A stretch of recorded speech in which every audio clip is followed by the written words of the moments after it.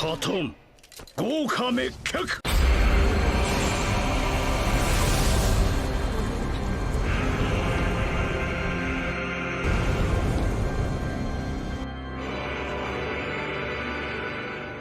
What is up, YouTube? We are here today with the top 10 things I wish I'd known before I started getting deep into this game. Now, these are all, of course, my opinion. These aren't what Todd Howard said that everybody should do over at Bethesda. This is just, since I've been playing it, I've got quite a few hours in the game. I've played through a lot of different types of missions, some of the story, done some ship building, some weapon building, some station building, things like that. So after all the experience that I've gotten so far, these are just things that I wish I'd have known beforehand. Tip number 1, try to use your scanner as much as possible. It's going to help you identify NPCs and anything you can interact with, from terminals to items to things like this that are locked behind. Yes, I can't actually get to it, but they are things that if you see in the future, you know those are interactable items. Also, one of the biggest benefits in such a big RPG is going to be the arrows that you'll see on the ground directing you to your objective right here. If you don't see them, you can close out, open it back up, and it'll show you how to get there. The only glitch I've seen with this is that sometimes your objective location will falter. It'll change. It'll be like arrows around this corner, and then I'll hurry to the corner, and when I get about right here, they'll stop and they'll turn that way, and it'll be like, oh, it's actually over there. So that's about the only glitch with that, but that doesn't happen too often, and it's usually if you're moving quicker than the game, I guess, anticipates you to go. But you can even see all the way over there in buildings. Later on, the further you get in the game, you'll be able to get some abilities and some skills that allow you to do things with this scanner as well. So having this open constantly, unless you're in an environment that you think there's going to be enemies, if you see red on your map at the bottom left, I maybe wouldn't be walking around in this if you're scared you might get one shot or something, if you're in a highly dangerous area. But otherwise, I would definitely say walk around, maybe clear all the enemies out, and then I'd go in with the scanner afterwards and see if there's anything that you should clean up. Tip 2, increase your ship's cargo ASAP. It's going to help you significantly as the game progresses, because when you start, you're not going to really know what resources you want to keep and what resources you want to sell and stuff like that, and your inventory is fairly low in terms of what it can max out to. But as soon as you get a little bit of credits, you can go to any landing pad. It's going to have somebody right outside there to help you upgrade your ship. You're going to go and upgrade your capacity immediately. So the ship that you start off with has a cargo capacity of 540. If you want, you can just upgrade that, put additional cargo containers on the ship to increase it, or you can go to a planet, wait for another ship to land, jack that ship, see if they have a higher cargo capacity. If not, you could just sell it, get another ship with a higher cargo capacity. I did some of the glitches for credits, and I just bought the biggest ship that the vendor had at the time, which was the shield breaker, because it had 2700. I haven't upgraded any of the capacity because I've never filled that to the brim. It's got all I'm going to need, and if I do want more, the ship's big enough to carry much more than this. Currently, I use the, where is it? Yeah, the Star Eagle, which you get for doing one of the factions in game missions, or in missions for the faction, I guess. But definitely something you want to do. That way you don't have to be too worried about what you're carrying. Just get within proximity of your ship, which I think is 240 meters or feet, and you'll be able to jump into your ship's inventory, drop it right in there. Tip number 3, make sure you're looking for skill magazines. So skill magazines are going to be around the map of all the planets.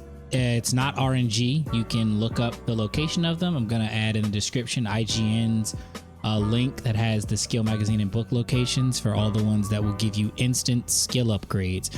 These are going to be like every other Elder Scrolls, where you find some kind of book or some kind of form of information that when you read it, it instantly gives you that upgrade permanently for whatever skill it says in the detail.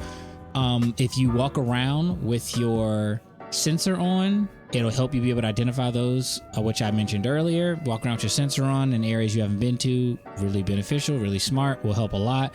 And you'll be able to identify these. I was having a rough time trying to find them because every time I saw a folder, I just walked past it, and then I realized they almost look identical to folders sometimes. So make sure anything you see that looks like it could be something you can maybe read, that's flat or book, just hover over it just to see the description.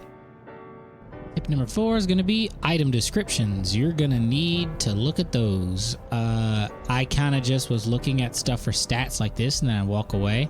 Maybe I check the value sometimes if I really needed the credits early on. That's really helpful, but even more helpful is resources like this.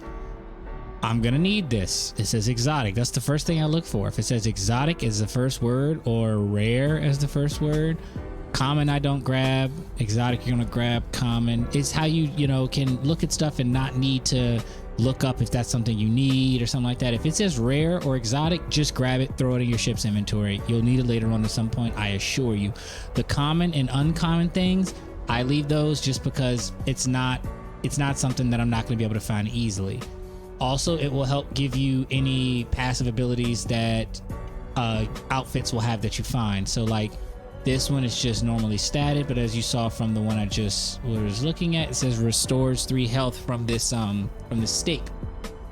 If your inventory is getting kind of full and you don't know what you want to grab, you're just trying to look around and see what they do, med pack heals 6% over 8 seconds, or do I want to waste that 0.5 mass on getting like the meat that I was just looking at, chunks of egg for 5 health total? For 0.2, that's just not worth it in terms of mass.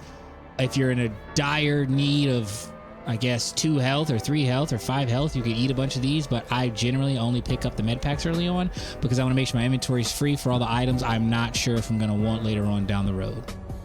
All right, the next tip, number 5, is going to be contraband.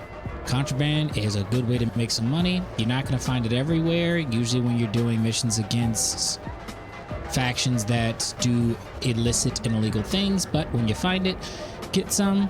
Make sure you store it on a planet somewhere until you find somewhere you can sell it. But the Trade Authority is my #1 vendor to go to. They buy all contraband. You're not going to get the full value just like everything else, but you'll at least be able to sell it. Some missions you'll find a lot of contraband, and usually they're over 10,000 credits, sometimes over 15 or 20,000 credits. So when you bring it here, you're still making a decent chunk of money. It's a good way to make some credits. All the vendors at every Trade Authority will buy them. The kiosks for Trade Authority won't, but all the vendors will. One of the main vendors, the one I'm at right now, is on Neon. So if you get any contraband, stash it on one of the planets you make a settlement on. Otherwise, come take it to the place and sell it. Tip number 6, loot your brains out. Well, maybe don't loot your brains out, but loot at your discretion. I would say everywhere you go, after you finish killing off all the bad guys and you've killed the boss or you've done everything you need to do in the area you're in, go back and loot, because you might find some things that you would not have even thought to look for. Like I mentioned previously, skill magazines. That's free skills just for finding a book or finding a magazine. Had you not looked, you wouldn't have found it. Legendary weapons. I've found plenty of legendary weapons from simply looting, opening up a cupboard, or looking in a random chest. Simple things, even on the ground, and there's different ways to loot out of different things that are sitting around. The weapons walls, it'll be like the weapons holders on the walls that you can put your stuff in. Obviously easy to loot. They have some that are locked, but if the weapon's big enough, it'll stick out. You can just grab that right out of there. You don't even need to pick it. So look around, make sure you're using your scanner. That way you can see what's worthy of looting and you can shoot through it quickly, so you're not playing Loot Simulator every single time you go somewhere new. All right, guys, tip 7 is going to be prioritize your missions. So obvious RPG Bethesda game, everyone has different things they want to do first, but if you don't want to play the story, that's perfectly fine. I would say factions.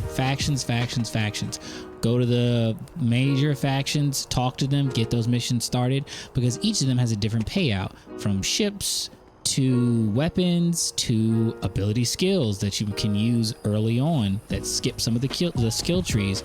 I would definitely recommend running through at least one or two of them to get a feel of how their part of the story is going. And just from doing those, you're going to get a lot of different side missions and other missions. The types of missions are main missions. It's going to be the story mission. You have faction missions. Those are for all the faction specific.